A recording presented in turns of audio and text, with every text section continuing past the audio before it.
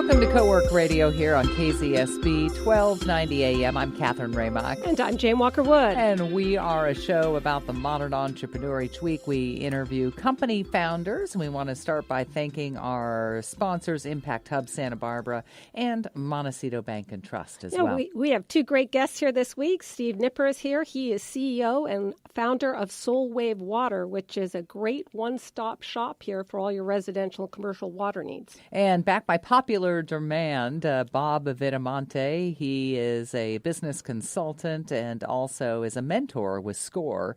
And he's going to talk to us about starting businesses and so much more. I believe they just had a meeting, a SCORE meeting across the street here. First, though, we like to take a look at some business technology news just real quickly locally so that you know. This Saturday along Coast Village Road, it is something called Spring Fling Shop Local Social, and benefiting the Bucket Brigade. So it's sort of like the cash mob that we did not too long ago, promoting businesses. It'll be, again, this Saturday. The weather should be nice for it. And I believe 4 businesses have closed since the Montecito debris flow. 4 more, though, are scheduled to open. 1 just did open. And there's all kinds of fun things going on at the Montecito Country Mart. There's going to be kid-friendly activities. They're even going to have pony rides. Oh, so cool. I've seen them with the ponies there have? before. Yeah, and it's a lot of fun. Yeah. Also locally, the 8th annual Scheinfeld New Venture Challenge judges have been announced, including Diana Pereira, who is the founder of Balance Financial and also Impact Hub Santa Barbara. So congratulations to her. And winners get up to $15,000 in cash and scholarship awards. All right. It's going on right now, so maybe not too late to get there. But today is Administrative Professional Day, and the Santa Barbara Sheriff's Department says, come on down, take them to lunch at the Paradise Cafe. The Sheriff's Department is there. They are raising money for a good cause today, Special Olympics. So they will be your waiters and waitresses. The Sheriff's Department, Police Department, and the County DA. So all the tips will go to Special Olympics, and that's up until 2 o'clock today. Yeah, we have a big re-election coming up for the Sheriff's Department, since you mentioned them. I know there's a big fundraiser on May 3rd for Bill Brown. And are we going to non-local now? Because I was reading about a really interesting business where you can now outsource your dating with the virtual dating assistant, and it creates an online dating profile for you, has conversations with potential dates, plans and organizes the dates, and you just show up and hopefully have fun. Who actually is talking to your potential date? Is it a bot? Or is it that an actual... I don't know. Okay. And why? Yeah. Because wouldn't they end up wanting to go out with them? Yeah. I think there's maybe it's online conversations. There's a movie to be made with that. I thought this was very interesting, too. It's being billed as China's first unmanned bank. And so far, it seems to be living up to the hype. It is a state-owned Chinese bank, and it opened as an automated branch. It has things like facial recognition software, identifying customers, a hologram machine, talking robots, touch screen for paying everything from utility bills to their Communist Party fees.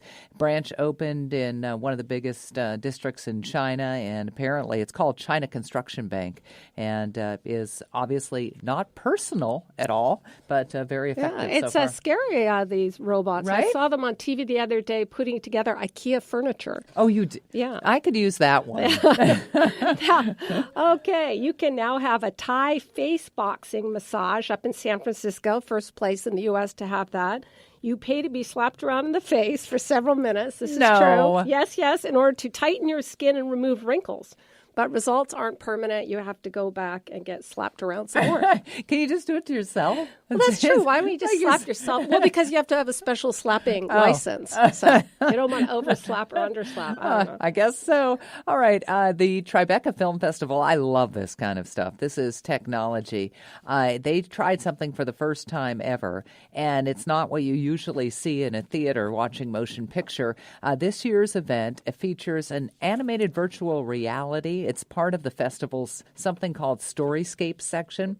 And so you're hooked up to the virtual reality, the VR gear. You walk into a room where there's a combination of animation and sensory effects, and then you're plunged into the Syrian village. And before too long... A Syrian village? Yes, this helicopter comes up, assault. You're right in the middle of a war, basically. Why would anybody want to do that? Well, the creators say that it's designed to immerse people into a situation that they might not be able to relate to Except otherwise. they get rescued, right? Yeah. Whereas the Syrians aren't really getting rescued. Well, actually, it's not a bad idea. I mean, think about it. To help people with compassion. Well, yeah, or even teaching history. I mean, we talk about what it's like to be in war, but to actually feel it and see it, and could be the next thing, and maybe will lead us away from that. Well, Who knows? Could be interesting. Now, another interesting business is you can purchase a place in heaven online for you or your loved one. Catherine's looking at me like, where are you Really? getting these I from? like that. And you get a reservation certificate, an ID card, plus a map of heaven to get around. I don't know if that's a... Can you blow it after you get in line, though?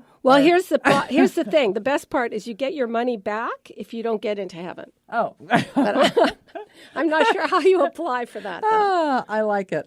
All right, it is Cowork Radio here on KZSB 1290 AM. Catherine Raymock, Jane Walker Wood. We are going to take a short break. When we get back, we will talk with UCSB professor and business author John Greathouse. He'll be here to answer perhaps your question. Coming up next.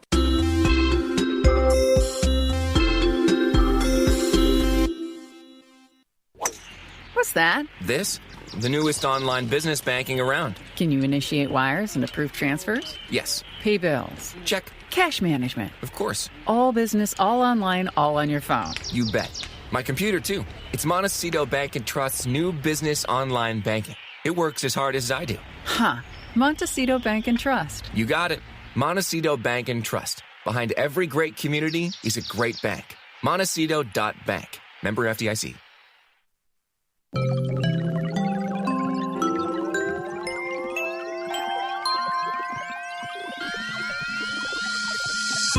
Welcome back to Co-Work Radio. I'm Jane Walker Wood. And I'm Catherine Raymock. And we are here with UCSB professor and prolific business author John Greathouse. Please email Ask John at Co-Work Radio your questions, and you can listen to John on our website or iTunes, iHeart, YouTube. How you doing, John? Hi, John. How are you? Very good. How are Good. you? Yeah, we have a question this week, John, from Jade, and she's thinking of quitting her job and joining a co-working facility, and she's wondering why you think so many people are making that decision. Well, I love your name, Jade.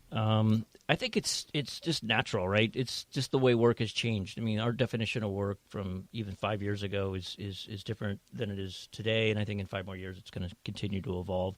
I mean, for instance, I have an office in downtown Santa Barbara. I have an office at UCSB, and yet 90% of the time I just work from home. I'm just working out of my house. We have so many mobile work solutions like the GoToMeeting that I was lucky to be a part of, and then things like Zoom and even Google Hangout, and just the fact that we all have a computer in our pockets that would have been a supercomputer 10 years ago. It just makes it easy to not be tethered to an office. I mean, in the old days, you kind of either you traveled to your customers or your partners, or you sat in your office and you sat in front of a computer and you had a landline phone, and that's how you communicated. Obviously, those days are over.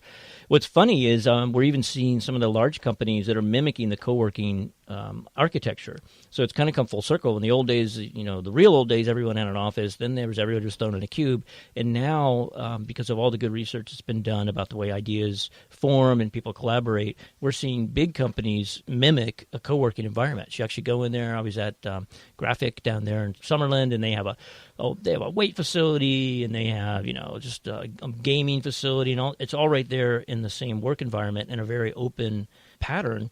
And I think it's because it's better for the employees. It's more productive, right? So I was just out at Decker's and took a tour out there, and their top floor is entirely that way now. Right. And I wonder, I was just reading, so the new generation, which is 1995 on, is being called the iGen. And these are up and coming. They're not in the workforce yet, but they are the first generation that don't remember anything but social media. Yep. And the millennials aren't quite that much. But Jane and I were talking when we first started this show, And we're like, I wonder if part of co-working is that some of the, or many of the millennials, certainly all the iGens, are so lost in devices and social media that maybe on some other level they're craving like this interaction. I know you're not a psychologist, but what do you think about that? But I can play one on the radio, though, right? No, I think you're absolutely right. So I think in this, some people call it the gig economy, this economy that we're in now, especially with young people, where they might have multiple jobs. They might drive for Uber, they might be a writer, they might be writing copy for a startup. They just have multiple things that help them pay the bills. I think they are craving that community. And when I look, why are co-working spaces successful? One of the reasons, there's multiple reasons, but one of them is that comes to my mind is what Steven Johnson has talked quite a bit about. He wrote a book on how we got to now. He did a PBS series, and one of the things he talks about are these epiphanies that percolate up, but then they need to be thrown into the mix with other people. So you don't sit in a dark room and just think really hard and then come up with a great idea, right? You don't. You go to a coffee shop back in the 17th century, or now you're still going to a coffee shop. But you're talking about your ideas. You're debating your ideas. You're sharing your ideas with people you respect. Now you can do that virtually, and we do that virtually all the time with social media. But there's no substitute for actually sitting down, almost like the old salon days in 1920s Paris, where people would sit down and debate ideas in real time, and then everyone hopefully would come away with at least a better understanding of their own ideas, and hopefully a better appreciation for other ideas. It's interesting what you're saying about coffee shops, because when I got involved in co-working, all these facilities pointed out to me that it's actually cheaper to join a co-working facility than go to a coffee shop every day, because they give free coffee, free snacks. And as you said, you've got the fitness. But I think you can control I don't think I would want to work out of a coffee shop every day, because it's hard to do that, John. But it's hard to Hey, I'm not down on people that did it. But I think for me, it would be hard to control the chaos. Like I listen to music and I do my own thing when I'm working. And you never know in a coffee shop, right? Yeah. You get the blowhard and the dirty looks from the barista. You've been there really? long enough, Jane. Yeah. Do you know enough about, I'm sure you probably do, but I'm just thinking about past innovations. And has anything ever really been created in a vacuum? Like you look back, Alexander Graham Bell, I don't know, was he shooting his ideas off people?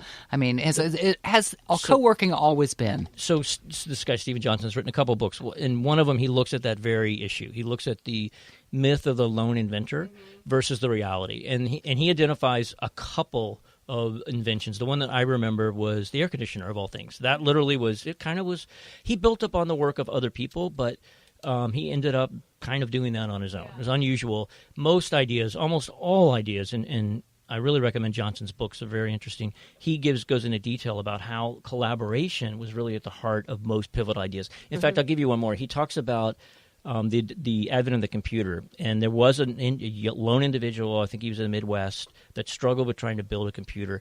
Contrast that with the group at University of Pennsylvania that created ENIAC and ENIAC, the two real first computers. And it's a great contrast. The one person who was working alone had to solve all of these problems. How do I do storage? How do I do printing? Whereas this other group could divvy up the problem. You work on printing, you work on storage, I'll work on this.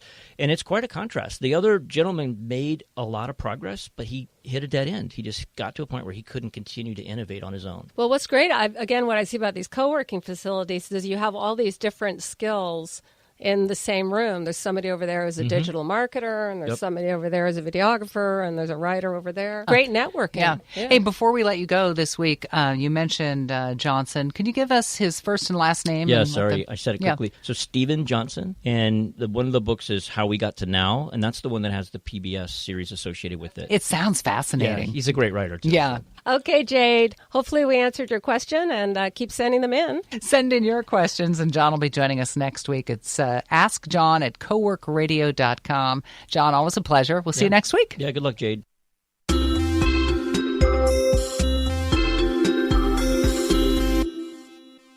Hi, it's Catherine Raymock. Are you buying or selling a home? See Compass Realtor Terry Ryken. I went to Terry because of his reputation and experience, but was quickly taken by his genuine enthusiasm. It's that combination that truly sets him apart. Terry specializes in properties in Montecito, Hope Ranch, Santa Barbara, and Santa Ynez Valley, and has 39 years of experience as an agent and broker. There are so many realtors to choose from, but only one Terry Ryken. Find out for yourself. Google search Terry Ryken. The Central Coast may seem laid back, but when it's time to work, no one works harder, including the bank that's grown up here. Montecito Bank and Trust offers customized lending and banking for all businesses, big and small. It's harder than offering one-size-fits-all solutions, but it's the right thing to do. And here, getting things right is a way of life. Montecito Bank and Trust. Behind every great community is a great bank. Montecito.bank. Member FDIC.